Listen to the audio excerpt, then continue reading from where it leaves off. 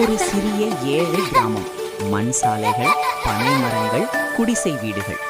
அந்த கிராமத்தின் நடுவில் ஒரு பெரிய ஆலமரம் இருந்தது.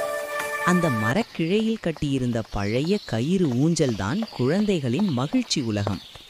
அந்த கிராமத்தில் 2 சின்ன சிறுமிகள், கண்மணி மற்றும் மின்மினி.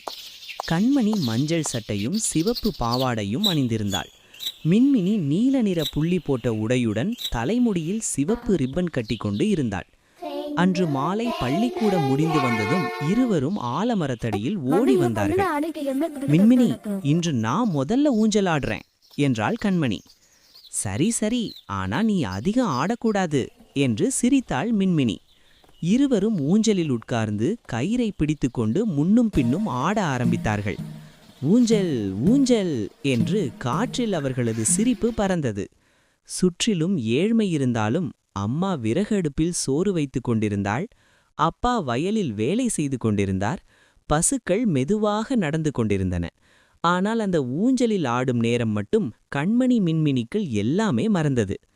நாம பெரியவங்க ஆனா டீச்சர் ஆகணும் என்றாள் கண்மணி.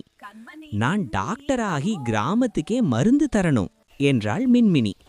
ஊஞ்சல் மெதுவாக நின்றது. சூரியன் மறைந்து கொண்டிருந்தான்.